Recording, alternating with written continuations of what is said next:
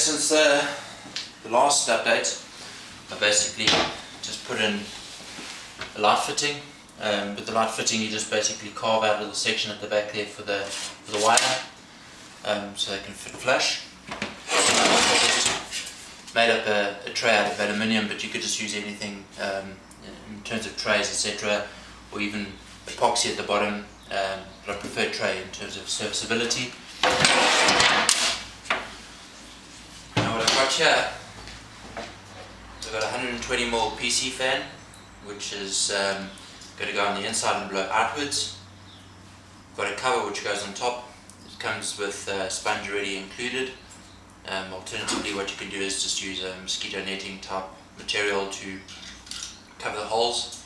I'm going to use a 100mm hole saw, and what I've got here as well is little vents which are designed for reptile tanks or cabinets. Caravan, people use them quite a bit as well, so you'll find them on eBay in the caravans or cabinet vents. These are 80mm cabinet vents which basically will go on the side here where we've had the vent holes. And then I've got a 240 volt or 110 volt transformer to 12 volt which will power the fan. So what we'll do is remove these cables and we'll put the fan straight into the 12 volt side. And then the can is ready for a shroud. The shroud will go around the light so that the drippings don't go onto the light bulb itself. We're going to cut out a section, we're going to fold over the edges. I'm going to use latex gloves just to avoid cutting my fingers. Use a Stanley knife and we'll build a shroud and then use a cable tie with two little holes just to strap it onto the light fitting. So I'm going to crack on with that and then I'll update you in a minute. Okay, so pretty much near done now. Okay, I've got a long cord here.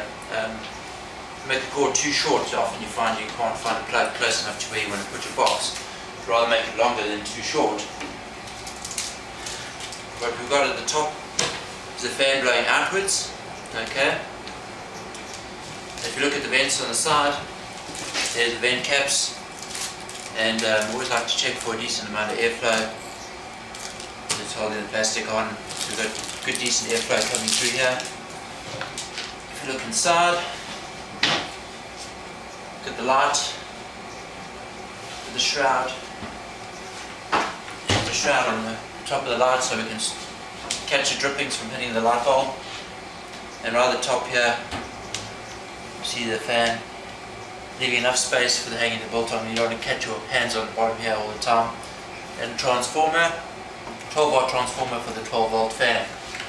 That's pretty much it. Now we can go make our Biltong. That's it. Okay, I'm just going to finish off with a couple of close-ups, just so if there's any questions you do have, at least then you can sort of spot them with the close-ups. Maybe help figure it out. There's the hinges, basically a flush hinge. There's the vents on the one side.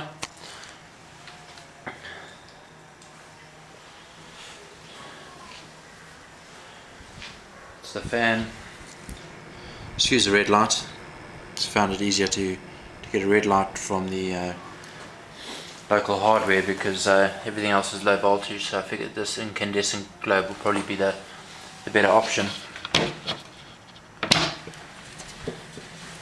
There's the magnetic catches.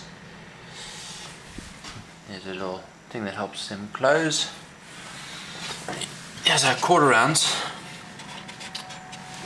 They basically just give it a little bit of structure, support to the structure in terms of making it a little bit more rigid. There's the holes from the other side, and then we've used the cutouts as a little flange on the actual rod there, and this is just ordinary garden wire bent in order to hang the meat up.